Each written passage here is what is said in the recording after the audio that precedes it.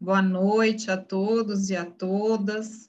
Queria iniciar agradecendo o convite da Ana Luísa, o apoio do Jonas aqui, e também a presença de todos vocês, né? Que eu estou vendo aqui, que aos poucos o pessoal está chegando, e eu sei que esse horário não favorece, todo mundo trabalhou o dia inteiro, né? Num dia exaustivo aí de trabalho, mas eu agradeço muito a presença de vocês para a gente conversar um pouquinho sobre a gestão do cuidado em saúde, a clínica ampliada.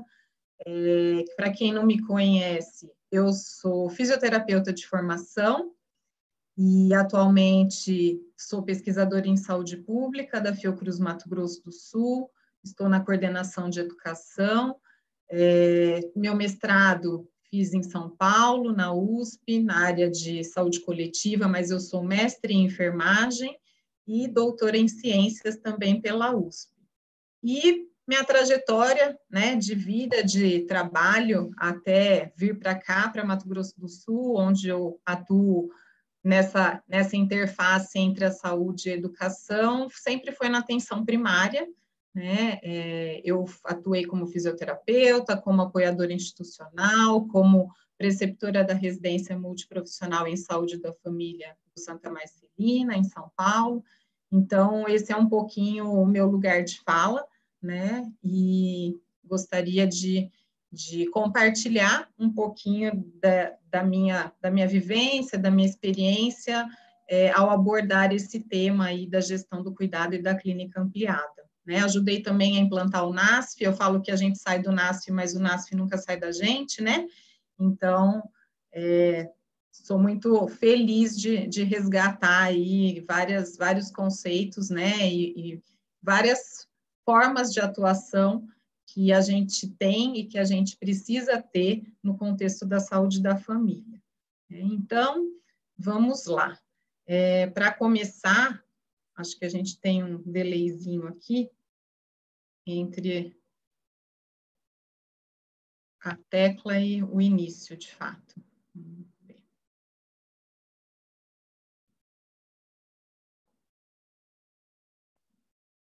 Isso, foi.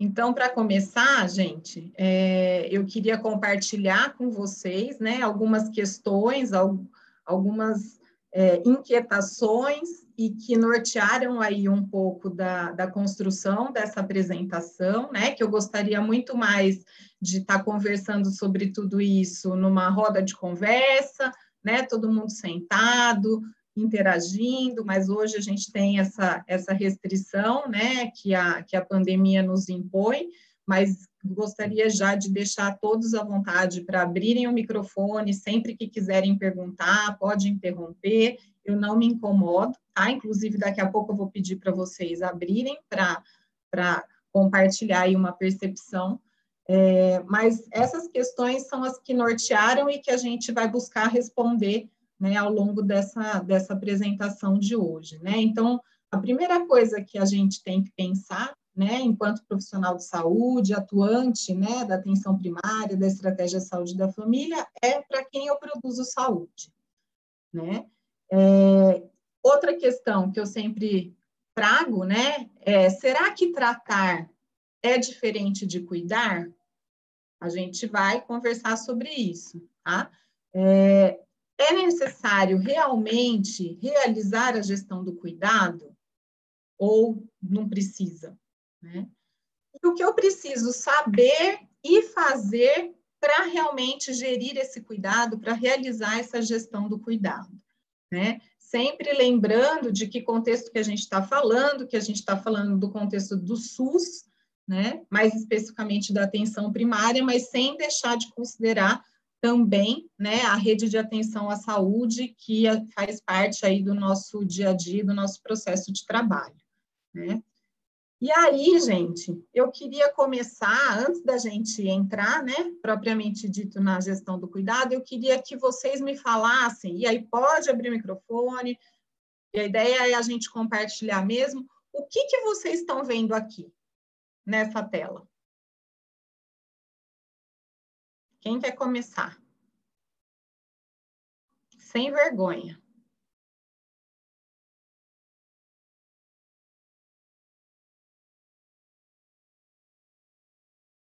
Vocês estão me ouvindo, gente? Quem vai falar primeiro o que é isso? Quando olha para isso, acha que é o quê? Oi, Débora. Oi, Ana. Para mim é um buraco. Um buraco. Muito bem. Quem mais?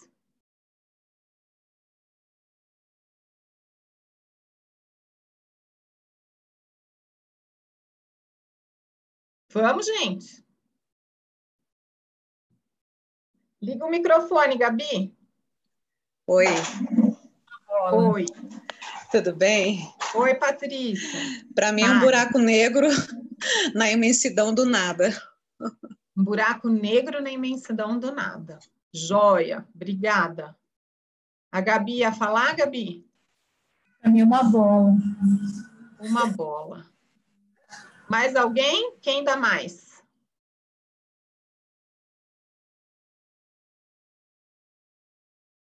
Bom, vamos lá. Pode ser um ponto? Pode? Acho que pode. Pode ser um pingo? Um furo? Um círculo? Uma bola? Olha lá. A bola apareceu. Um buraco, como a Ana comentou. Na realidade, pode ser o que a gente quiser, né? Por quê? Porque o olhar para esse objeto vai depender de cada olhar, né? E cada olhar vai olhar para um objeto, vai olhar para uma situação, vai olhar para uma experiência a partir da vivência individual de cada um, né? A partir das experiências, né? Da história de cada um. Então, o olhar, ele é sempre o mesmo, né? Para uma determinada situação de saúde, para um determinado objeto. O que muda é a retina, né? É a retina de quem olha. E aí, o nosso desafio enquanto profissional de saúde está em olhar e ver coisas que não têm sido vistas no cotidiano do trabalho, né? E, além disso, pensar o que eu penso do que eu vejo. E depois fazer um outro exercício, né? Que é o que eu faço com o que eu penso do que eu vejo. Então, o meu convite aqui hoje é para a gente exercitar também essas questões subjetivas do cuidado em saúde, né? E passar a olhar para coisas que não são protocolares e que às vezes não estão totalmente dadas no cotidiano da prática, né? E que a gente precisa investigar, né? E ter aí estratégias e mecanismos para conseguir acessar outras coisas e olhar e ver outras coisas, né? Então, para a gente conseguir isso, a gente precisa iniciar a nossa conversa pensando no modelo de atenção à saúde que nós temos hoje, né? E modelo de atenção à saúde que a gente quer ter. Então, a primeira coisa que a gente observa no nosso modelo de atenção à saúde, né, e nas nossas práticas, é que o sistema de saúde hoje, ele é centrado em procedimentos, né? Então, eu vou lá numa unidade de saúde, eu entro numa determinada salinha, na sala de curativo, eu vou receber um determinado procedimento, né? Na alação, a mesma coisa, no consultório, a mesma coisa, né? Então, a nossa prática está pautada em procedimentos. E aí a gente fala que esse modelo assistencial é um modelo assistencial procedimento centrado, né? Então, centrado no procedimento. E o principal compromisso, né, do ato de assistir à saúde é com essa produção de procedimentos, né? Até por isso que muitas vezes nós somos cobrados, né, avaliados por uma produção, né? Por uma produção que é pautada em procedimentos. E aí, essa assistência à saúde confunde-se com a extraordinária produção de consultas e exames associados à crescente medicalização, né? Porque se eu tenho um foco em procedimento e numa lógica mais curativa, né, mais focada em consulta, eu tenho a medicalização como consequência. E esse fluxo assistencial numa unidade básica, né, se a gente for pensar no dia a dia, a gente vê que esse fluxo da unidade ele é muito mais focado para consulta, né, e esse processo de trabalho carece dessa interação, né, entre saberes e entre práticas e entre profissionais, né, entre a equipe, que são fundamentais e indispensáveis quando a gente fala num cuidado integral à saúde, né? E aí, o que gera isso, né? Esse modelo gera um excesso de encaminhamentos, né, para especialistas, um alto consumo de exames, uma sobreposição de consultas, que gera, né, que desencadeia pouca resolutividade, né, e um alto custo, porque na medida em que a gente não resolve o problema desse usuário na porta de entrada, que é a atenção básica, né, nessa consulta, a gente gera uma outra consulta com especialidade, desencadeia exames, a gente vai onerando o sistema, né, e fazendo com que esse sistema, a atenção primária, que é o nosso foco aqui, seja cada vez menos resolutiva. Cada vez menos resolutiva é ótimo, né? Seja menos resolutiva. Então, a assistência, nessa forma, né, nesse modo, ele é uma assistência que ela vai ser sempre incapaz de atuar nas diversas dimensões do sujeito. Por quê? Porque ele tem um foco que é na queixa, né? Um foco na queixa e na conduta.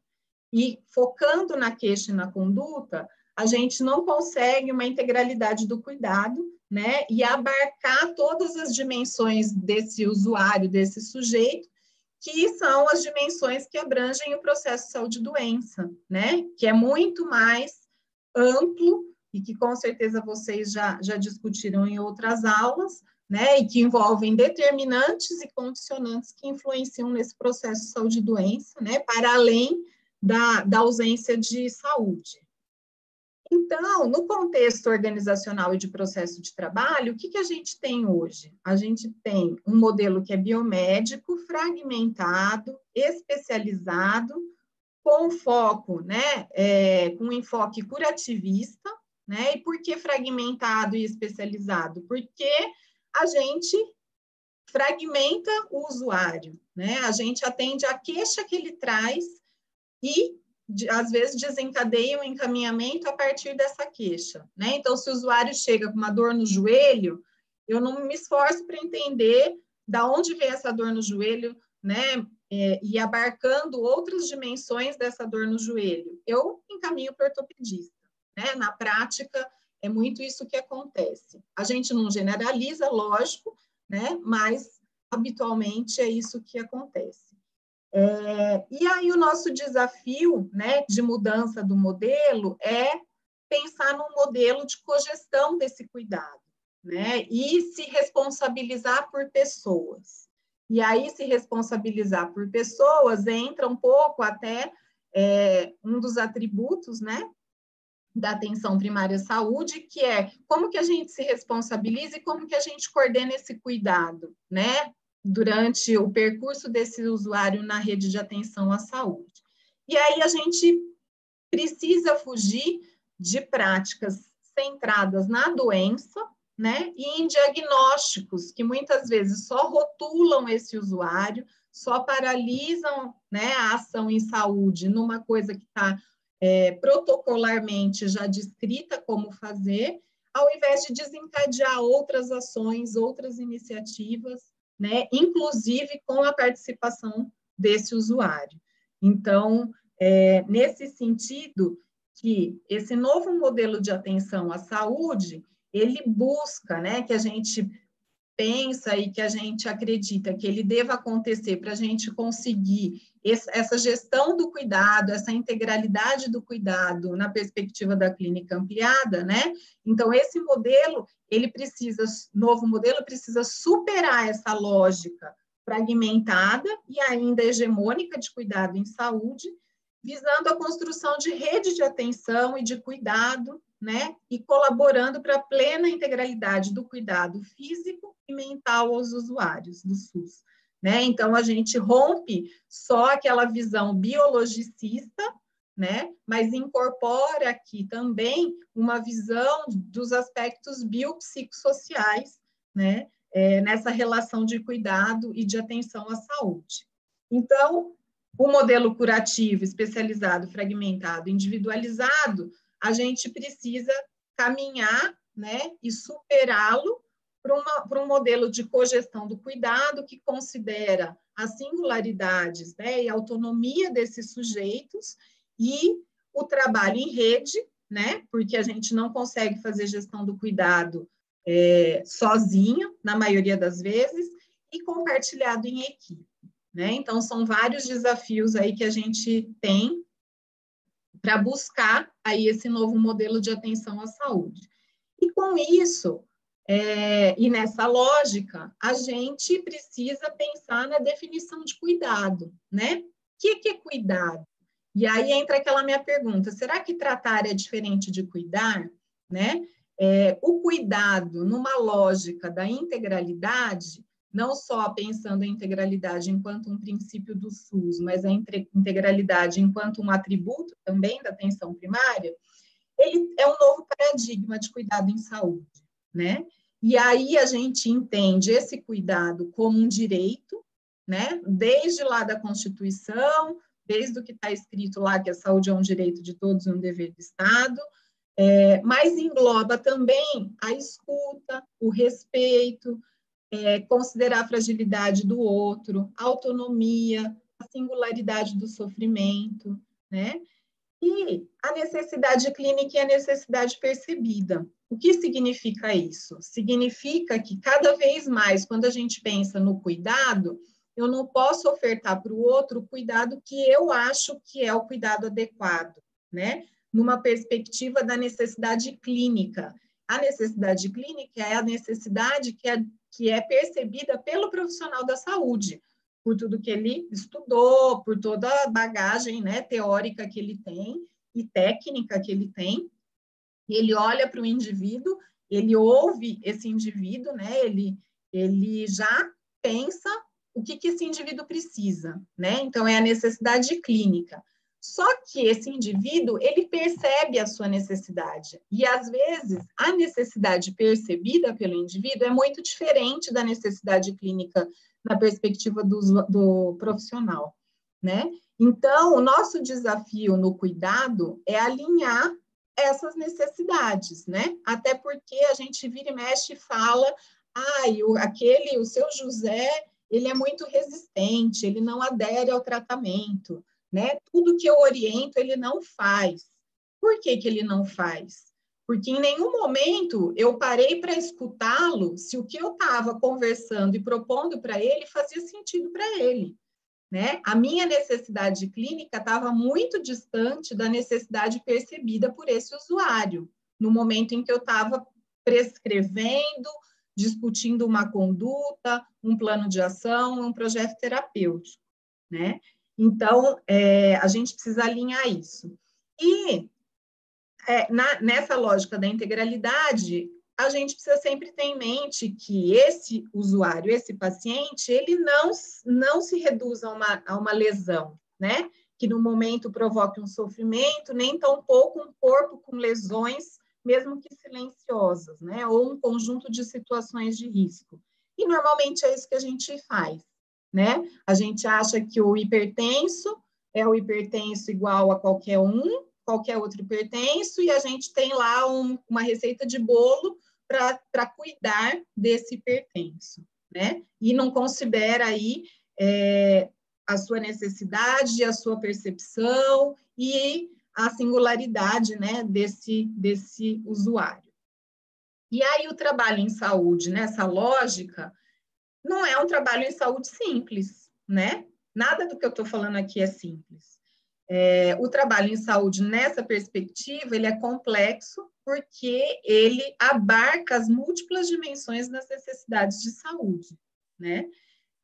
Ele se dá, inevitavelmente, em equipe, e aí o trabalho em equipe envolve diversas formações, com diversos saberes, com diversos olhares e percepções de mundo, né? Exige habilidade de comunicação, e tudo isso é complexo de operacionalizar na prática, é necessário, mas é complexo. O enfoque individualizado e fragmentado que a gente precisa superar, né? Entender que esse trabalho em saúde, ele também acontece num contexto social amplo e dinâmico, né? Então, aquele território, aquelas pessoas que estão ali na nossa área de abrangência, elas têm uma história, elas não estão lá por acaso, né? E o processo de saúde e doença, ele é dinâmico. Então, hoje tem uma família que está tudo bem, amanhã aquele pai de família tem um derrame, tem um AVC, né? E isso desestrutura todo o contexto familiar, então a gente precisa acompanhar essa dinamicidade, né, no trabalho em saúde, principalmente na atenção primária. E esse trabalho também se produz nas relações sociais, né? E aí são relações de poder, principalmente porque a gente está falando em equipe, né? E como que a gente lida com essas relações de poder, com os diversos saberes, mas hegemonicamente construídos, né? Tendo alguns profissionais com um nível de superioridade ou de autoridade maior que os outros. Então, são desafios, né, que a gente encontra aí no trabalho em saúde quando pensa em trabalhar nessa lógica da integralidade, né? Essas relações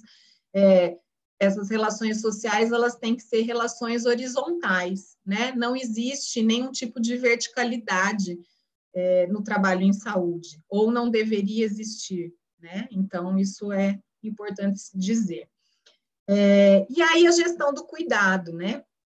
Nessa lógica. E eu trouxe um conceito que não é novo, tem vários conceitos que eu trago aqui, né? Vários autores que não são novos, mas que são bastante importantes nesse tema. A Marina Peduzzi é uma enfermeira que trabalha muito com a questão do trabalho em equipe, aborda muito o trabalho em equipe, e ela fala que o trabalho em equipe, a gente tem dois tipos de trabalho em equipe. A gente tem uma equipe agrupamento e uma equipe integração, né? E a equipe agrupamento é uma equipe que trabalha com justaposição e fragmentação de ações, né? Então, numa determinada situação, num determinado caso, né? Cada profissional vai olhar para esse caso e para essa situação com a sua lente, né? Com a lente da sua categoria profissional, da sua formação, da sua expertise técnica, né? E vai executar a intervenção de forma independente dos outros profissionais, né? Desses outros agentes aí que ela fala. Já a equipe integração já é uma equipe, como o próprio nome diz, integrada, articulada, né? Que vai falar dessa integração de ações, né? Então, onde as situações de trabalho, os problemas, né? Os casos são discutidos, né? E os profissionais elaboram correlações e colocam em evidência as conexões entre as intervenções a serem executadas, né? Então, a gente tem essa integração e essa articulação dos diversos atores, dos diversos profissionais em prol de uma determinada situação.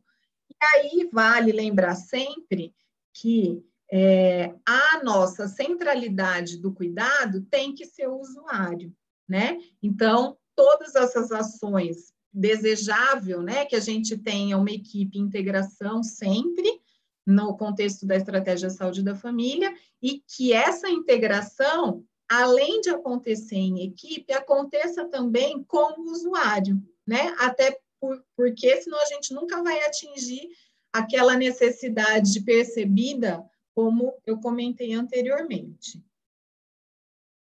E aí, atendendo a uma encomenda da Ana Luísa, eu não poderia deixar de falar das tecnologias de cuidado em saúde, né? E quem aborda as tecnologias de cuidado em saúde há muito tempo é o professor Emerson Merri, né? Então, a gente tem 3 tipos de tecnologia de cuidado em saúde: as tecnologias duras, as tecnologias leve-duras e as tecnologias leves.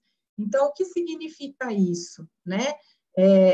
A tecnologia dura é a tecnologia dos equipamentos, né? Então, até coloquei aqui uma foto de um tomógrafo, né? Então, são tecnologias mais características de um nível de atenção terciário, né? As tecnologias leve-duras são tecnologias mais de conhecimentos estruturados, pautado em protocolos, na epidemiologia. Então, ela é uma tecnologia, vamos dizer assim, intermediária, né? Que não exige tanta infraestrutura tecnológica, vamos dizer assim, né? Mas também não é só a tecnologia leve, que é uma outra forma de tecnologia de cuidado, que é a tecnologia das relações, né? Então, é uma tecnologia que ela se estabelece na relação entre os profissionais e os usuários. Então, a gente costuma dizer que a tecnologia leve é a tecnologia da escuta, do acolhimento, do vínculo, né? E aí, quando a gente fala, né, da integralidade e na realidade do nosso cotidiano do trabalho, né, e aí eu sempre me coloco, porque eu sempre fui da atenção primária, ela só vai ser alcançada, essa integralidade, com o cuidado sendo gerido predominantemente por tecnologia do tipo tecnologia leve, né? Por quê? Porque é essa tecnologia que predomina na nossa prática.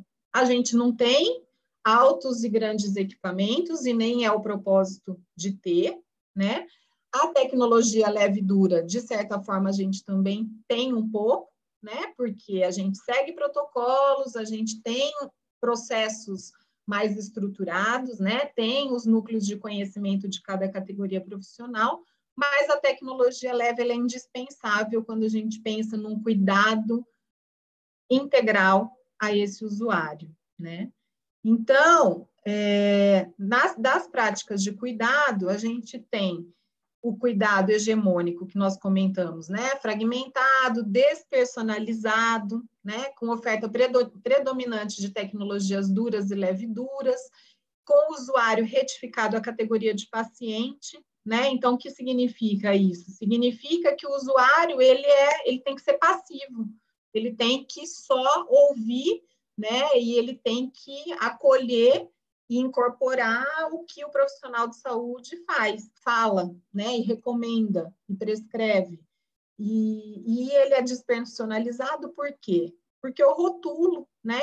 Eu dou lá uma hipótese diagnóstica e prescrevo uma receita de bolo, achando que todo hipertenso tem que fazer a mesma coisa, todo diabético tem que fazer a mesma coisa, tem que participar lá do grupo educativo, saber sobre alimentação saudável, né?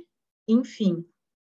E eu não considero nada desse histórico, né, do desejo, dos antecedentes, do contexto social, familiar, cultural.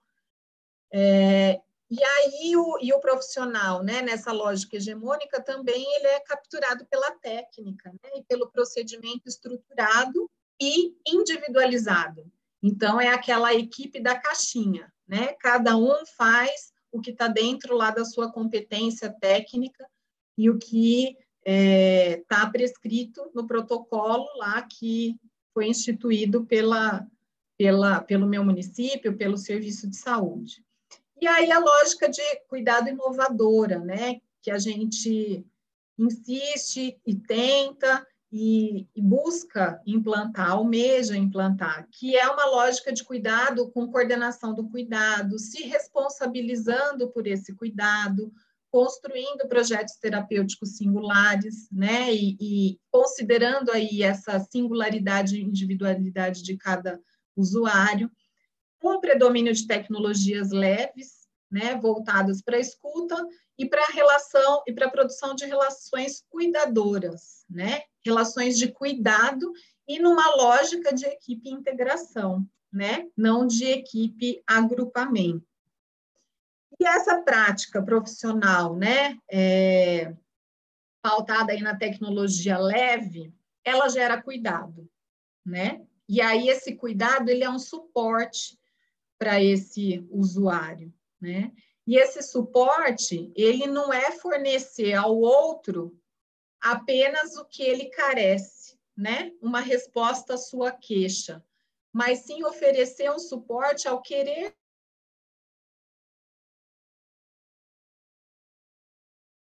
a independência e autonomia e a corresponsabilização também nesse processo de cuidado, né? E aí esse cuidado, ele também não se define por uma beneficência, né? Que deve estar voltado ao doente e não à doença. E aí o que significa isso, né? A gente não está fazendo favor, né? Nós temos responsabilidade sanitária por esse território, por esse usuário, então ele não está sendo beneficiado e não tem que ser voltado para a doença, mas sim para ele, né? Enquanto sujeito tem que ser ativo e participante desse processo de construção desse cuidado. E isso é um compromisso ético, né? É um compromisso ético com a qualidade de vida, não só desse usuário, mas desse território. E aí, para a gente pensar, né, que tipo de cuidado a gente vem ofertando, eu trouxe aqui 2 formas de cuidado também, que é o cuidado reativo ou o cuidado proativo, né? A gente pode ter enquanto profissional da estratégia de saúde da família, enquanto, né, residente lá, preceptor, enfim, qualquer um que está lá no cotidiano do trabalho, é um profissional super disposto, né? Eu atendo todo mundo que chegar até mim. Só que essa é uma prática de cuidado reativa, né? Que eu espero o outro vir até mim.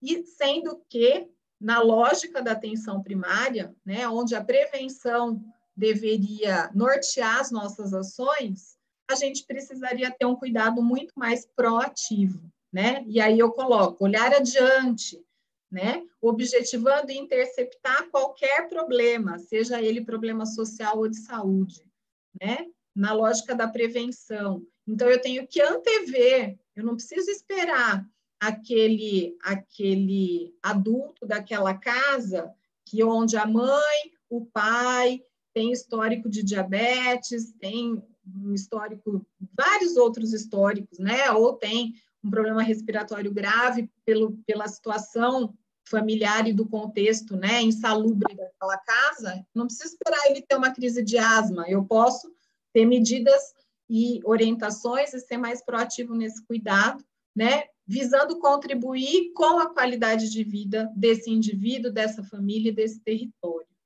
né? Então, para a gente pensar um pouquinho, que não basta a gente achar que nós estamos lá na unidade, que a agenda está na recepção e que eu estou lá no consultório, pronta e disponível para atender todo mundo quando chegar, né? Isso é ótimo, a gente precisa estar sim, mas a gente também precisa desencadear outras ações e outras formas de cuidado, de busca ativa e ser proativo, né?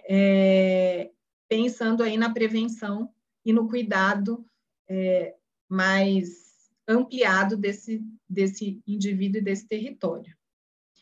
E aí, quando a gente pensa, né, nessa gerência do cuidado, a gente precisa necessariamente ter, né, capacidade técnica, política e operacional, uma equipe de saúde, né, a gerência consiste na capacidade técnica, política e organizacional que uma equipe de saúde possui para planejar assistência a esses usuários, tanto no plano individual como no coletivo, promovendo a saúde em âmbito biopsicossocial, né?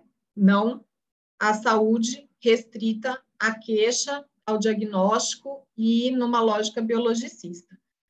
E gerenciar o cuidado nessa perspectiva, né? A gente precisa programar ações programação de ações que dependam da clínica e da epidemiologia, como campos de saberes a serem explorados pelo profissional, né? Eu preciso saber epidemiologia, eu preciso conhecer os indicadores de saúde desse meu território, né? Eu preciso fazer um planejamento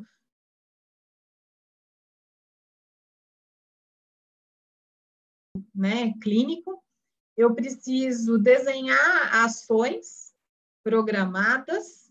Recebi uma mensagem que a conexão está falhando. Vocês estão me ouvindo bem? Sim, Débora, estamos ouvindo bem.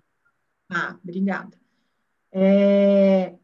Com desenho, então, de ações programadas, né? E aplicação de normas, regulamentos e rotinas que orientem a organização do processo de trabalho. Então, o cuidado, né?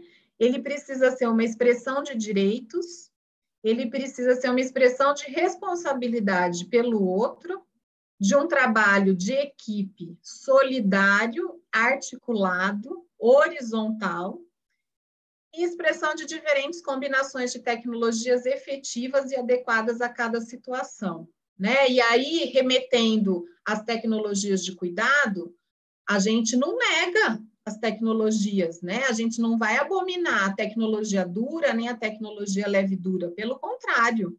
Em algum momento, todos nós e todos os usuários precisarão dessas tecnologias, né? São úteis, necessárias, assim como os especialistas, né? A gente fala da fragmentação do cuidado, do olhar especializado. Às vezes a gente vai precisar, sim, de um mega especialista de joelho, né? Nós não vamos negar, nem a tecnologia dura, nem a especialidade, mas dentro do momento certo, né? E a partir do momento em que a gente esgotar todas as possibilidades de cuidado e de intervenção na atenção primária, né? Então, a gente, todos os níveis de atenção, a rede de atenção à saúde está aí, a gente precisa utilizar, precisa articular, precisa coordenar esse cuidado do usuário na rede, mas a gente tem que saber quando fazer isso e como fazer isso, né? Então, para cada situação, né? Então, a gente precisa avaliar e esgotar todas as possibilidades que a gente tem desse cuidado na atenção primária. E encaminhar, lógico, né? Quando for necessário.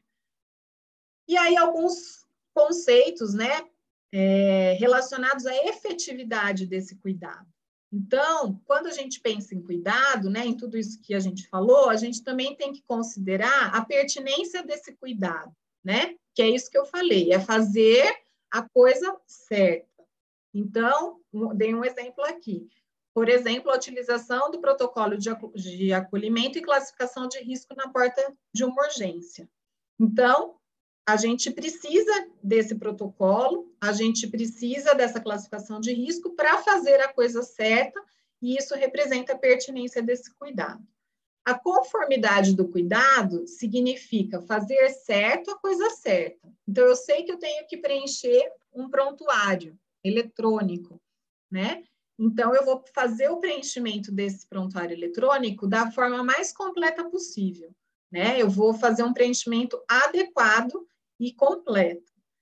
Eu tenho que garantir a segurança desse cuidado, né? Então, eu não posso causar nenhum dano, eu tenho que mitigar qualquer dano ou qualquer risco a esse usuário, a esse paciente, na realização dos procedimentos que eu vou ofertar a ele, né? Isso significa, por exemplo, evitar queda, né? Se eu vou fazer uma avaliação, esse paciente vai ter que subir numa maca, eu tenho que prevenir queda, então isso significa garantir a segurança dele, né? Um exemplo.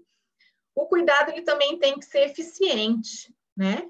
O que significa isso? Significa utilizar plenamente os recursos disponíveis para obter um resultado adequado às necessidades dos usuários. E aí eu dei um exemplo da agenda de consultório sem horários ociosos, né? Eu não vou ter um cuidado eficiente se eu tenho um monte de consultório vazio, se minha agenda não está lotada naquele dia, né? Eu não estou sendo eficiente e útil para a população como eu deveria ser, né? E não estou oferecendo nenhum tipo de cuidado eficiente na medida em que, com certeza, alguém poderia usufruir desse cuidado que eu não estou ofertando naquele momento. E a aceitabilidade do cuidado, né? Diz respeito aos valores, às expectativas e à cultura dos usuários e das suas famílias durante o processo de cuidado, né? Então, quanto que a gente conversa, né, com o usuário sobre isso, sobre o que ele acha, sobre o que ele quer, né, quais são as suas expectativas e seus desejos. E aí eu trouxe aqui um pedacinho, né, de um trechinho do Charlie Chaplin, que ele fala: pensamos em demasia e sentimos bem pouco. Mais do que máquinas, precisamos de humanidade. Mais do que inteligência, precisamos de afeição e doçura, né? Então, muitas vezes a gente está focado no que está lá protocolarmente, né, definido, e a gente não sente, né? A gente não olha para esse usuário, a gente não percebe que ele está lá com a voz embargada, né? O quanto o que ele está falando representa na vida dele, né? E acho que a gente precisa se abrir, né? E estar mais sensível a tudo isso quando a gente pensa em cuidado, né? E aí, antes de entrar nas ferramentas, eu volto à minha pergunta. E aí vocês podem abrir o microfone, tá? Será que tratar é igual a cuidar?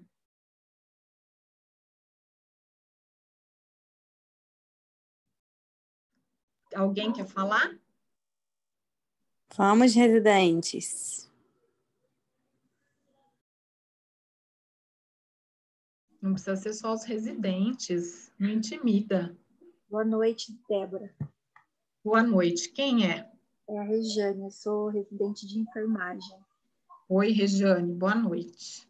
Então, essa aula é maravilhosa, tá? Super identificamos com o nosso dia a dia, com várias vivências, né? Várias situações que nós já passamos que se encaixa bem em muitas das suas falas. Tratar, eu vejo muito como tratar uma doença, que nem você falou no começo, né? Aquele modelo biomédico voltado somente na parte da doença. O cuidar, ele é diferenciado. Então, essa última fala que você fez, ter a empatia com a necessidade do paciente, do usuário. Então, você vai ver além do que ele veio buscar numa consulta ou simplesmente para agendar uma consulta, naquele momento que ele está ali, porque muitas das vezes eles vão para renovar, por exemplo, uma receita, mas é mais que uma renovação de receita. Então, é mais que um tratamento de tuberculose, é mais que um tratamento de hanseníase. Então, assim, eu gosto muito de trabalhar com pessoas, sempre me identifiquei muito. E eu fico até, assim, eu não sei como lidar com algumas situações quando eu vejo o tratamento de outros colaboradores, né, outros colegas, que não têm, às vezes, tanta sensibilidade para enxergar além, vamos colocar assim. A vida, né, nos ensina, né? Mas, assim, o cuidar, ele é diferenciado. É você ver o ser humano realmente como um todo e não como um diabético, um hipertenso, um tuberculoso. Então, tem muita diferença. Legal, Regiane. Muito boa a sua contribuição, e eu acho que é isso mesmo, né? O quanto a gente está predisposto para cuidar, a gente precisa ter essa predisposição, né? E aí eu costumo dar um exemplo bem chulo. Eu falo, é um exemplo chulo, mas é um exemplo, de certa forma, impactante, né? Para mim, tem muita diferença tratar e cuidar, né? Quando eu penso num cachorro, né? Eu tenho uma cachorra. Se eu penso em tratar essa cachorra, eu vou dar comida e água, ela está sendo tratada, né? Ela vai viver, ela vai comer, ela vai tomar água, ela vai sobreviver, né? Se eu penso em cuidar dessa cachorra, eu vou para além da comida e da água, né? Eu vou para o carinho, eu vou para o passeio, né? Eu vou para a brincadeira. Então, eu tenho uma interação com ela, eu tenho uma atenção com ela, né? Então, eu acho que é isso que a gente precisa incorporar, né, no nosso cotidiano de trabalho. A gente pode, sim, manter essa relação distante desse usuário, né, e tratar e ele melhorar também, né? Ele sai de lá com uma prescrição, com uma medicação, ele vai tomar, ele pode até melhorar, né? Mas ele pode não melhorar. Por quê? Porque a demanda dele não é só a que ele verbaliza, né? Tem até um outro slide mais para frente que a gente vai voltar a falar sobre isso. a demanda dele está para além do que ele verbaliza. E a gente precisa estar aberto e ser sensível, né, para ouvir e para cuidar, né? Então, acho que é bem isso que você falou, Regiane. Obrigada, viu? E aí, gente, e assim, gente, se vocês quiserem abrir o microfone, eu não sei se tudo que eu estou falando faz sentido para vocês ou não. Se vocês quiserem falar, fiquem à vontade, tá? Nem sei quanto tempo eu já falei, porque eu falo mais que o homem da cobra. Mas, enfim. Tem algumas contribuições no chat, Débora. Ai, Ana, Patrícia... eu não consigo ver o chat. Você fala. Colocou no chat que a humanização do cuidado é justamente esse tratar com um cuidado especial, empatizar-se, ouvir, demonstrar interesse, livre de julgamentos. A Stephanie colocou que a Regiane é uma super enfermeira que dispensa um super cuidado a todos os usuários. Que legal. Muito bom. Maravilha. Então, seguindo, gente, pensando nas ferramentas de gestão do cuidado, né? Nós vamos entrar agora. A gente precisa lembrar que a gestão do cuidado, ela pode acontecer intra-equipe e intra-unidade de saúde, mas também extra-equipe, né? E extra-unidade de saúde, para fora da unidade de saúde, pensando aí em todos os pontos da rede de atenção, né? E aí algumas ferramentas que a gente tem, que a gente pode lançar mão para fazer essa gestão do cuidado, né? Então, o projeto terapêutico singular, o apoio matricial, a clínica ampliada, o projeto de saúde do território, né? Então, a gente vai falar rapidamente, um pouco mais de clínica ampliada, mas rapidamente sobre cada uma dessas ferramentas, né? E aí eu começo com a clínica ampliada, que o Gustavo Nunes Oliveira, que é um dos autores lá da Política Nacional de Humanização, ele é do grupo do Gastão, lá da Unicamp, ele fala que a clínica ampliada é um instrumento para que os trabalhadores e gestores da saúde possam enxergar e atuar na clínica para além dos pedaços fragmentados, sem deixar de reconhecer e utilizar o potencial desses saberes. E aí ele complementa, é lidar com os usuários enquanto sujeitos, buscando sua participação e autonomia do projeto terapêutico, né? E na linha do que a gente já vem falando, né? E aí é definir a intervenção terapêutica considerando a complexidade biopsicossocial das demandas de saúde. E aí a clínica ampliada, né? Ela realiza não só a avaliação diagnóstica, né? Considerando não só o saber clínico, mas o contexto singular desse sujeito, né? Entendendo que a queixa, o sintoma que o usuário traz, que ele chega lá no serviço, é só a pontinha do iceberg. Vocês veem meu mouse mexendo? Acho que não. Sim. A gente consegue ver, Débora. Então tá bom. Eu estou aqui, eu estou falando só com a mão, mas eu gosto de apontar. É só a pontinha do iceberg, né? E aí, o que está por baixo do iceberg, né? Dessa pontinha, que é a queixa que ele traz, é muito maior, muito mais significativo. E que a gente só vai descobrir, enquanto profissional de saúde, se a gente tiver escuta, se a gente interpretar a fala dele, e isso só acontece se a gente estabelece vínculo, né? E aí, logo, tudo isso é cuidado. E por isso também que a gente tem, nessa lógica, a discussão, né, de casos. A discussão, por quê? Porque, às vezes, esse usuário, ele fala um pouquinho para um pouquinho para outro, um pouquinho para outro, e quando a gente pensa nessa cogestão do cuidado, a discussão de caso faz todo sentido, né? E ajuda a interpretar melhor esses sinais esses sinais que os usuários podem nos dar, que estão para além da queixa e do que ele verbaliza, né? E aí, o que a gente tem, então, ainda, né? E como que a gente precisa avançar nessa questão da clínica ampliada? A gente tem uma baixa capacidade resolutiva e poucos instrumentos para compreender e agir sobre os determinantes que interferem no processo de saúde e doença, a redução da complexidade dos problemas, né, das pessoas à dimensão biológica, serviços transformados em grandes ambulatórios, né, de consultas com processos automatizados no cumprimento de tarefas, práticas centralizadas, muitas vezes, no profissional médico, né, e isso, historicamente, a gente tem, inclusive, como culturalmente, né, o usuário procura sempre o médico, ele acha que se ele não for atendido pelo médico, ele não vai ter o problema dele resolvido, né? E, consequentemente, se esse médico também não passar para ele um remédio, não prescrever um remédio, ou se não encaminhar para fazer um exame, esse médico também não é bom, né? Então, a gente tem a sociedade, a população com essa cultura e com essa visão curativa, né? E de queixa-conduta, nessa relação, eu tenho uma queixa, eu preciso de uma conduta associada a essa queixa. Mas a ideia, então, é criar a clínica ampliada, né? A partir de equipes multiprofissionais que tenham um olhar transdisciplinar, né? E o que significa isso? Significa eu me apropriar de elementos, de conceitos, de técnicas, né?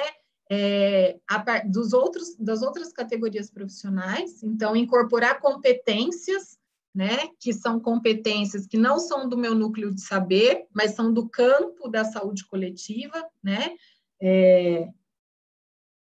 compreender o sujeito em seu contexto e ter um compromisso com esse sujeito e não com a sua doença, formar equipes territoriais que possam ter essa visão de território e que possam cuidar desse território, né, enquanto responsabilidade sanitária dessa equipe de saúde, constituir redes de cuidado, né, que possam construir projetos terapêuticos singulares, não só na atenção primária, mas, de repente, num CAPS. Se eu tenho um caso de depressão, né, um caso grave, que eu acho que ele precisa de um acompanhamento mais longitudinal, de repente, no CAPS, eu posso, sim, pensar num projeto terapêutico entre os serviços, né? Por quê? Porque, de repente, essa equipe vai continuar acompanhando lá no território, vai poder fazer visita domiciliar, vai poder fazer uma abordagem familiar, né? E, em contrapartida, o CAPS vai dar um cuidado, né? Uma assistência mais focada.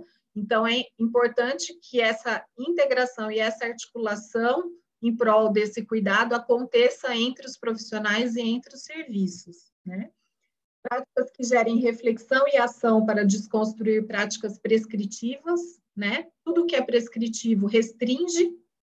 A gente tem, lógico, a gente não vai subverter a ordem e falar a partir de agora nada do que está prescrito, nada do que está no protocolo, nada do que está na nota técnica eu vou fazer. Não, a gente vai fazer, mas a gente tem que pensar como essa prescrição se enquadra para cada usuário que eu tenho, né? Para cada realidade, para cada necessidade, para cada contexto. O dispositivo, né, para poder aumentar o poder dos usuários no cotidiano, a partir de vínculos duradouros e qualificados entre profissional, usuário e equipe, e articulação entre os diferentes níveis do sistema, né? Esse usuário, ele precisa se sentir cuidado nesse serviço. Se ele chega nesse serviço de saúde, ele não é acolhido, ele não tem acesso, né? Ele não tem a demanda dele atendida, né? Resolvida, independente da perspectiva que ele tenha, ele não se identifica com aquilo, né? Quando a gente remete lá para o PCATU, que vocês com certeza já ouviram, né? A apresentação, inclusive, dos dados do PCATU aqui de Campo Grande, tem um item lá que a gente pergunta para o usuário, né? Porque é uma pesquisa de satisfação desse usuário. Quando você tem um problema de saúde, qual que é o primeiro serviço que você procura? É triste se o usuário não procura primeiro a atenção primária, né? Que está lá do lado da casa dele. E isso acontece porque se ele não se identifica, se ele não tem acesso, se ele não tem vínculo, se ele não se sente cuidado, né? se ele tem um monte de restrição, como que a gente quer que ele valorize essa atenção primária, né? Então, a gente precisa pensar tudo isso. Por que ele procura lá a UPA? Será que é porque tem médico 24 horas? Né? Ou será porque lá realmente ele, às vezes, tem mais atenção e tem um cuidado mais diferenciado do que o que a gente dá na atenção primária? Né? Então, só para a gente... Estou só problematizando, né? Para a gente ir pensando no nosso dia a dia. E aí, a clínica, né? Já que a gente está falando de clínica ampliada, ele é um campo principal na qual se opera as tecnologias leves. E aí as tecnologias leves, né, só relembrando, da escuta, do acolhimento, do vínculo, elas estão ligadas ao campo, então, das relações, né? E aí esse vínculo e essa escuta é um recurso terapêutico. A gente precisa entender que a escuta e o vínculo, às vezes, traz mais benefício do que um remédio. Né? Quem nunca ouviu dizer um caso de falar assim, ele estava, nossa, ele tinha tanto problema, ele estava com tanta queixa, mas ele chegou aqui na unidade, eu sentei com ele, conversei, ele melhorou, ele já se sentiu melhor, né? Quem nunca vivenciou essa situação? E isso nada mais é do que um recurso terapêutico, né? E aí, nesse sentido, todos produzem ações terapêuticas. Todas as pessoas, e aí não vamos falar profissional, porque não precisa ser formado nem de nível superior, todo mundo que está na unidade de saúde, ela pode produzir ações terapêuticas. Né? É o porteiro que fala bom dia e que às vezes é mais atencioso do que o médico que atende, a enfermeira, ou seja, quem for. Né? É a da limpeza que para e olha para quem está lá esperando, né, aguardando ser chamado. Então, a escuta ela é terapêutica, né? Ela produz um efeito terapêutico. E aí, nesse sentido, que o Merri traz, né, uma definição que ele fala que todos os trabalhadores de saúde, de uma forma ou de outra, fazem clínica. Se a gente pensar nessa clínica, né, que nós estamos falando, enquanto o campo que se opera as tecnologias leves, né, e essas tecnologias são recursos terapêuticos, todo mundo faz clínica, né? O agente comunitário faz clínica, né? E aí essa reflexão ela é importante, né? Quando a gente pensa na produção coletiva e na construção de projetos terapêuticos, né? Traduzindo a miúdos, numa discussão de caso, numa reunião de equipe, todo mundo tem o seu valor e toda contribuição é bem-vinda, porque nessa lógica todo mundo faz clínica. E aí as ferramentas da clínica, né? A escuta, a interpretação, o setting terapêutico.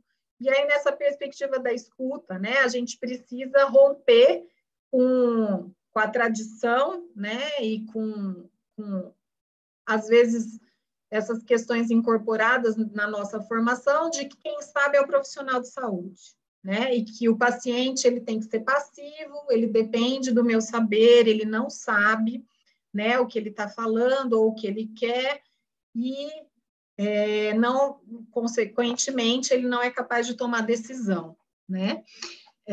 A interpretação, ela tem que existir para a gente buscar os sentidos possíveis para as doenças do corpo, né, e suas manifestações. Se a gente não tiver aberto para escutar e para olhar lá para o que está abaixo da pontinha do iceberg, né, a gente vai ficar só numa perspectiva biologicista, olhando o corpo, não vamos olhar a mente, não vamos olhar nem para os outros determinantes que vão influenciar nesse processo de saúde e doença aí no cuidado. E a gente precisa pensar e olhar a maneira como a pessoa representa o seu problema, né? Esse distúrbio corporal, ele é muito individual e ele vai ocorrer de maneira diferente, né? De acordo com cada paciente. O olhar de cada paciente, a vivência também é diferente. buscar a história da relação daquele paciente com seu sintoma, sua constituição enquanto sujeito e o sentido atribuído a esse problema, né? O que representa isso na vida dele? Qual que é o impedimento para uma pessoa que está com um problema de joelho, que não tem uma limitação, que tem uma amplitude diminuída, que está com força muscular reduzida, né? O que significa isso? Para uma pessoa pode significar nada, quase. Para outra, que de repente é uma pessoa evangélica, que precisa ajoelhar, que isso é muito significativo para ela, isso é muito ruim, né? E a gente precisa ter um olhar atento para essas singularidades. E o setting terapêutico, né? Nem vou entrar tanto no mérito, porque a gente tem a Stephanie aí, ó, já vi que a Stephanie está aí, que é esse lugar, né, privilegiado que a gente precisa construir, né, esse espaço sem julgamento, sem avaliação moral, e onde a gente estabelece contrato e aliança terapêutica, né, a partir dessa relação de confiança com esse usuário. E acho que isso é super importante para o setting terapêutico, mas essa questão de avaliação moral e de julgamento também é muito importante nas reuniões de equipe, né? Porque a gente também tende a fazer um julgamento daquele usuário, a desmerecer a queixa que ele traz, a rotular e a abandonar e a falar, já tentamos tanto, né? De novo, ele vem com isso, com aquilo outro, né? Por que ele vem com isso, com essa queixa, né? Qual que é esse histórico? Vamos tentar olhar novamente para isso que está sendo repetitivo, né?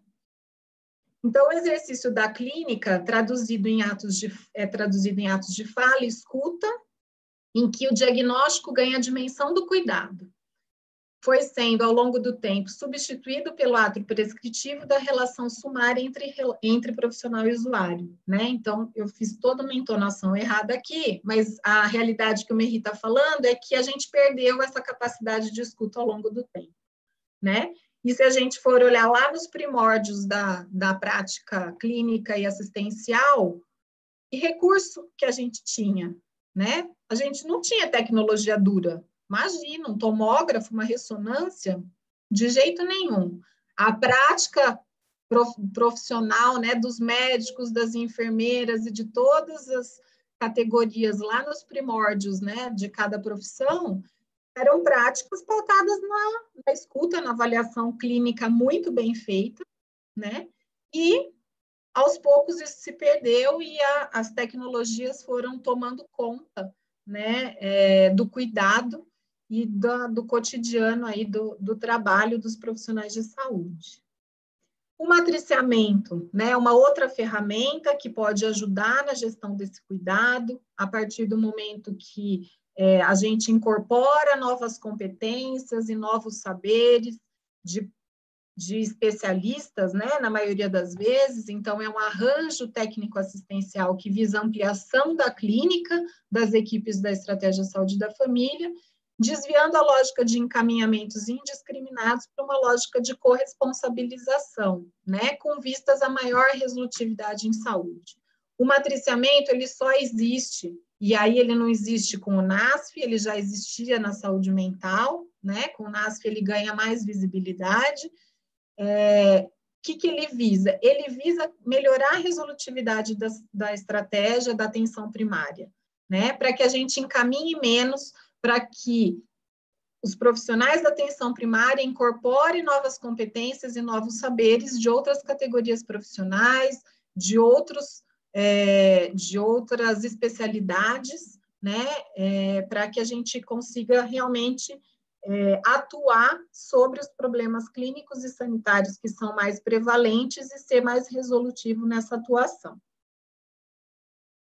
E aí, né, esse matriciamento, ele se efetiva no encontro com o outro. Necessariamente, a gente precisa desse encontro entre especialista, equipe de referência, né, e equipe de especialistas. Isso, em alguns momentos, pode ser uma ameaça, né? Não é simples matriciar e ser matriciado. Exige disponibilidade, alteridade, estar aberto à diversidade, né? estar aberto ao ponto de vista do outro, porque isso também implica em fragilizar o meu ponto de vista, né? Então, e isso normalmente nas equipes gera um pouco de tensão, né? Mas é indispensável para a gente conseguir ampliar esse nosso repertório de cuidado na saúde da família e buscar essa resolutividade. O matriciamento, ele é uma ferramenta hoje indispensável, né? E o projeto terapêutico singular, né, que é um movimento de coprodução e cogestão de cuidado de um sujeito singular, né, que a gente pode considerar que o PTS é uma metodologia de discussão de caso, né? Não sei se vocês já tiveram experiência de construir um projeto terapêutico singular em equipe, né? Ele também é uma estratégia de organização do cuidado, né, de sistematizar esse cuidado e organizar esse cuidado. Ele normalmente é construído a partir da discussão de um caso clínico, né, em equipe, então ele é uma variação dessa discussão.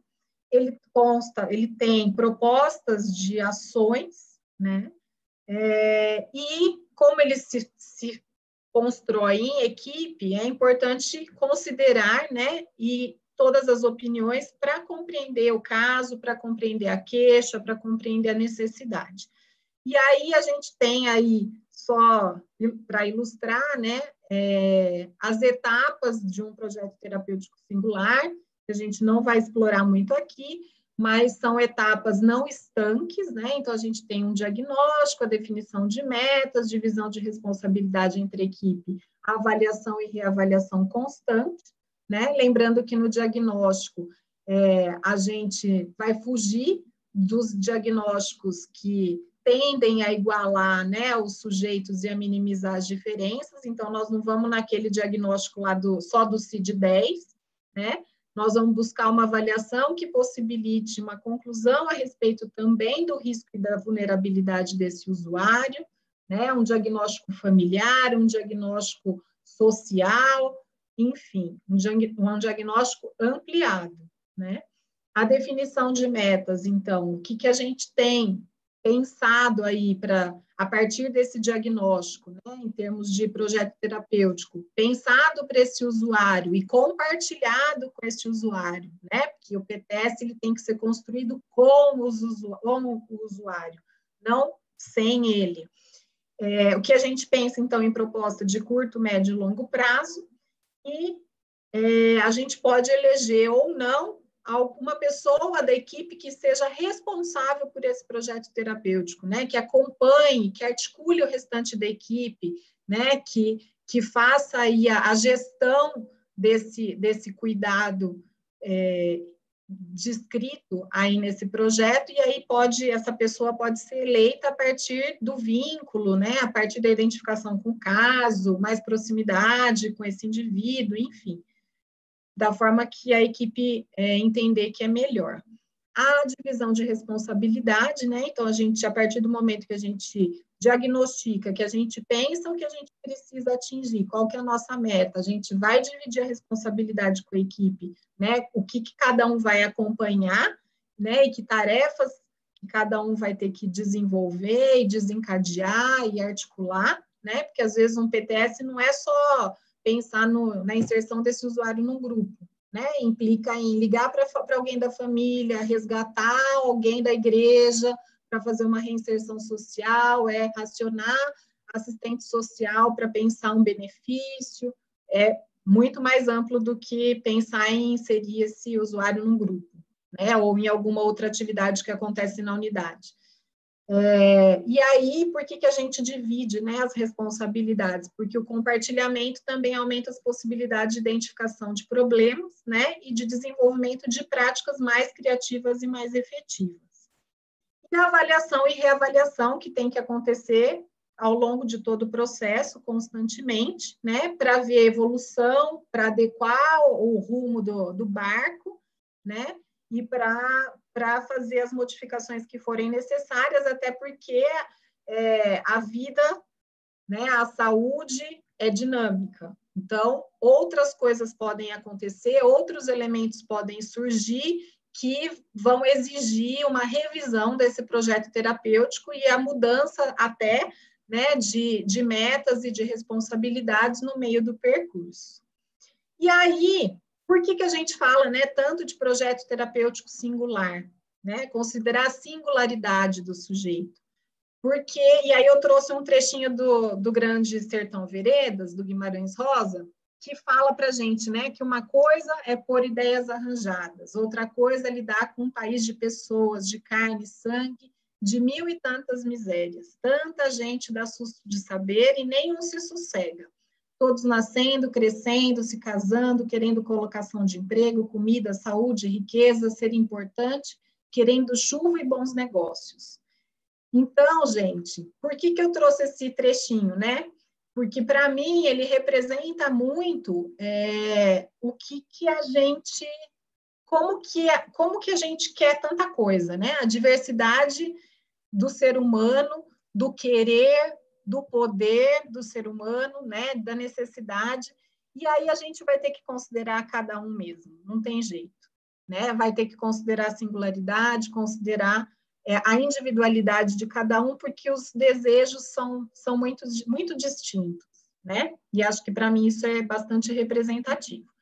E uma outra ferramenta, eu vou correr um pouco mais por causa do horário, que a gente pode pensar é o projeto de saúde do território, né? Que aí vai falar de uma gestão de cuidado um pouco mais coletivo do que individualizado, que parte da identificação e da análise da situação problema naquele território, né? Então, vamos pensar que naquele território eu tenho um problema que é a gravidez na adolescência, né? Que eu tenho muitos casos de gravidez na adolescência.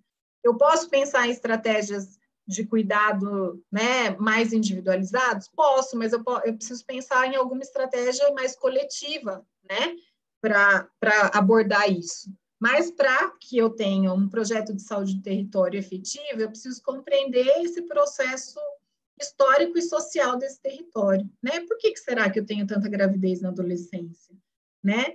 Aí eu vou entender algumas coisas desse território, como que esse território se constituiu, que pessoas são essas, de onde elas vieram, né? Aí eu vou ver que, de repente, vários deles vieram do Nordeste, vieram para cá em busca, né, de um trabalho, e as pessoas têm uma história, uma forma de vida daquele jeito. As mães também deram à luz na adolescência, né? Então, eu preciso conhecer esse território, conhecer essa história, né? Eu vou precisar, para fazer um projeto de saúde de território, discutir com outros atores desse território, né? Será que a gravidez na adolescência é um problema só para a unidade básica de saúde? Ou ele é um problema também para a igreja, para a associação, para o centro espírita, né? Para todos os outros equipamentos sociais daquele território, né? E que cada um pode ter uma função, né? E pode colaborar nesse projeto coletivo. Eu preciso criar esse espaço, né, de discussão, esse espaço coletivo para a construção desse projeto, envolvendo todos esses atores, né, do território. E aí, para isso, eu tenho que ter consenso, discutir, reformular, pactuar, corresponsabilizar, né, para que eu realmente consiga implantar o plano de ação que está sendo discutido ali, construído ali, né? E eu preciso avaliar, né? Não adianta a gente ter uma prática muito grande no serviço, no dia a dia, até porque as demandas são muitas e a gente, né, fica engolido pela demanda, que é de executar. Planejar, às vezes nem planeja com muita, né, muito afinco, mas a gente executa, sai fazendo, é grupo, é consulta, é VD, é isso, é aquilo, é aquilo.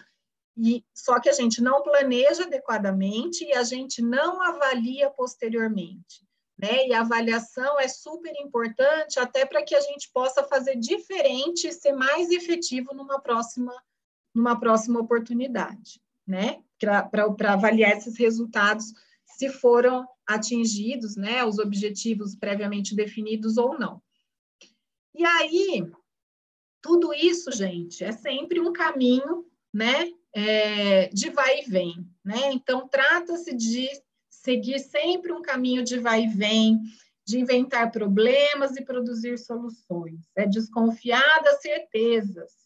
Então, nada que fala assim, não, é assim, eu sempre fiz assim, é assim que dá certo, é assim que tem que ser. Desconfie, né?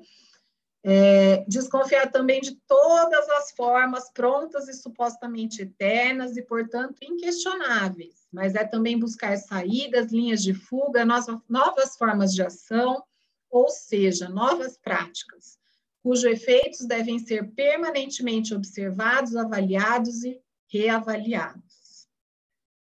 E aí, para a gente estar caminhando para o fim, eu sei por causa do horário, para tudo isso, a gente precisa romper as barreiras disciplinares, né, que cada categoria profissional tem, e entender que os saberes disciplinados não são saberes acabados, que a gente precisa revisar e flexibilizar essas fronteiras que são instituídas pelas categorias profissionais, né, incorporar competências que eu posso incorporar. A ideia não é que eu agora saia, né, matriciando um monte de gente para que tenha a unidade toda seja mini fisioterapeutas, como eu, né, mas existem questões da minha atuação profissional que são do campo da saúde, da fisioterapia, mas que são do campo da saúde, que qualquer profissional pode incorporar e pode orientar e pode realizar, né, uma mudança de decúbito, alívio de um ponto de pressão, enfim, várias outras coisas, e sempre lembrando que a equipe é a força do movimento criador do pensamento. A gente sozinho faz alguma coisa, mas não faz tudo e não consegue esse cuidado integral, né, que a gente está falando. Então, a intersecção entre os diferentes domínios e saberes cria um novo saber e uma nova forma de fazer. E aí que está a riqueza, né, da atenção primária, da saúde da família.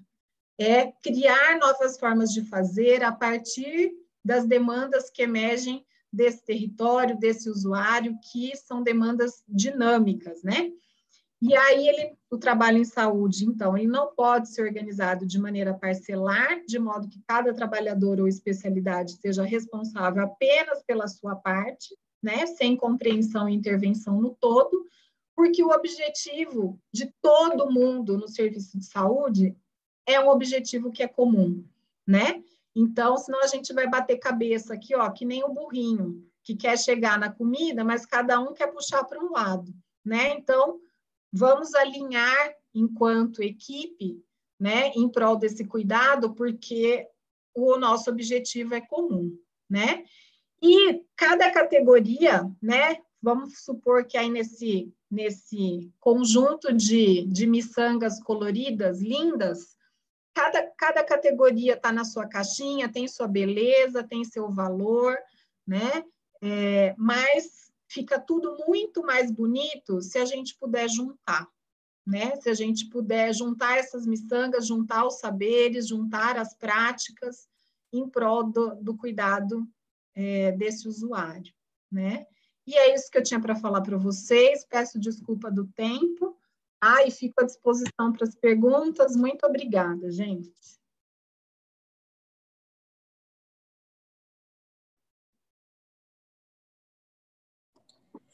Nem na melhor das minhas encomendas eu imaginava essa aula, viu?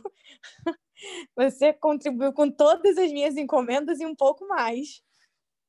Melhor então, hein? Conseguiu cumprir todas as minhas encomendas. Eu não imaginava, viu? Viu? Muito bem. Maravilhosa, como sempre. Imagina.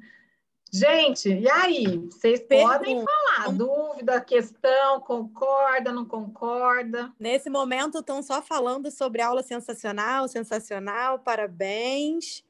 Eu estava aqui no chat provocando eles quando você perguntou sobre PTS, né? Estavam falando que é claro que eles já fazem todas as unidades. Muito obrigada, Débora, foi muito enriquecedor. O Roberto Raposo, muito obrigada, Débora, muito enriquecedor. Tenho certeza que para todos. queria ler a contribuição da Stephanie, que a Stephanie falou que antes da residência ela era uma profissional reativa. E na residência ela se tornou uma profissional proativa. Né? Que Stephanie, ótimo. da nossa preceptora de psicologia, fez esse comentário no chat. E eu estava aqui acompanhando tudo. São os residentes... efeitos da residência, né? No cotidiano do serviço. Isso é tudo também. Com certeza. Eu até escrevi isso, né? Como a residência nos transforma os profissionais, transforma o SUS, fortalece o SUS, nos ressignifica enquanto profissionais também. Algum residente quer fazer alguma pergunta? Habilita o microfone, aproveita esse momento, porque foi sensacional. Enquanto eles habilitam o microfone, eu aproveito aqui para agradecer a Débora também. Deixa eu abrir minha câmera. Obrigada, Vinícius. Tudo bem? Peço desculpas aí do atraso para entrar, mas agora estamos com RH super restrito em Tiradentes, então fechei a unidade hoje. Tranquilo.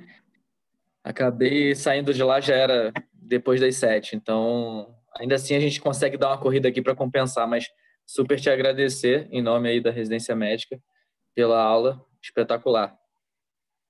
Obrigada, agradeço também o convite. E a super integração, gente. Isso é tudo mesmo. Faz toda a diferença no dia a dia e no cuidado, né? Que é o nosso foco central aqui. Que bom. Mais alguém, gente? Algum residente quer fazer alguma pergunta? Só habilitar o microfone. Quer compartilhar alguma experiência? A Rejane está falando aqui que hoje ela cresceu ainda mais como profissional e só quer te agradecer por compartilhar tanto saber com ela. Imagina, gente, estou à disposição. Eu amo a residência, né? A residência é muito enriquecedor, né? Cresci muito profissionalmente quando eu fui preceptora da residência. Durante, acho que 5 anos, eu fui preceptora. E eu amo a atenção primária, estou na Fiocruz, agora eu faço pesquisa na atenção primária, me dedico a trabalhar focada na formação de profissionais da saúde para o SUS, né? É o que eu acredito, é a bandeira que eu levo, e espero poder recebê-los todos na Fiocruz no ano que vem. A gente pode fazer uma aula presencial, uma roda de conversa, bem no nosso novo prédio, porque a gente já vai estar lá, porque ele está reformando agora, que vai ser específico da educação, né? Vai ser a nossa escola de governo Fiocruz Mato Grosso do Sul. Então, a gente se encontra lá o ano que vem. Todos já estão convidados para a gente interagir e conversar um pouco mais lá. Presencialmente após a vacina, se Deus quiser. Com certeza. Acho que a gente pode ir caminhando, então. Todo mundo ansioso, falando que quer muito esse momento, está aguardando. Acho que a gente pode ir caminhando, então, para encerrar. Aproveitar que estamos todos aqui e dizer para todos o quanto você me inspira. Você me inspira. Imagina. Nós aprendemos juntas, todos nós aqui. Também Obrigada. aprendo muito com você. Obrigada.